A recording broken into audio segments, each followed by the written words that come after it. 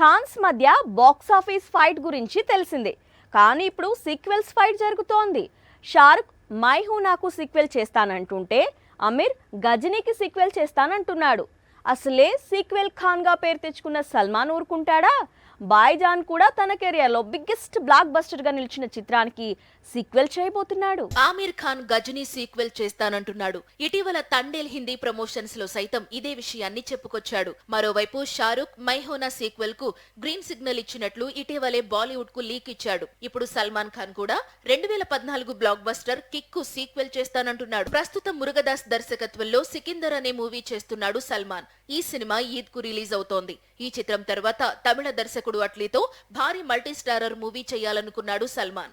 కానీ మూవీకి సడన్ గా బ్రేక్ పడింది. దాంతో భాయ్జాన్ ఇప్పుడు కిక్ సీక్వెల్ లో నటించాలి అనుకుంటున్నాడు. 2014లో హిందీలో వచ్చిన కిక్ మూవీ తెలుగులో రవితేజ నటించిన కిక్ మూవీకి అఫీషియల్ సీక్వెల్.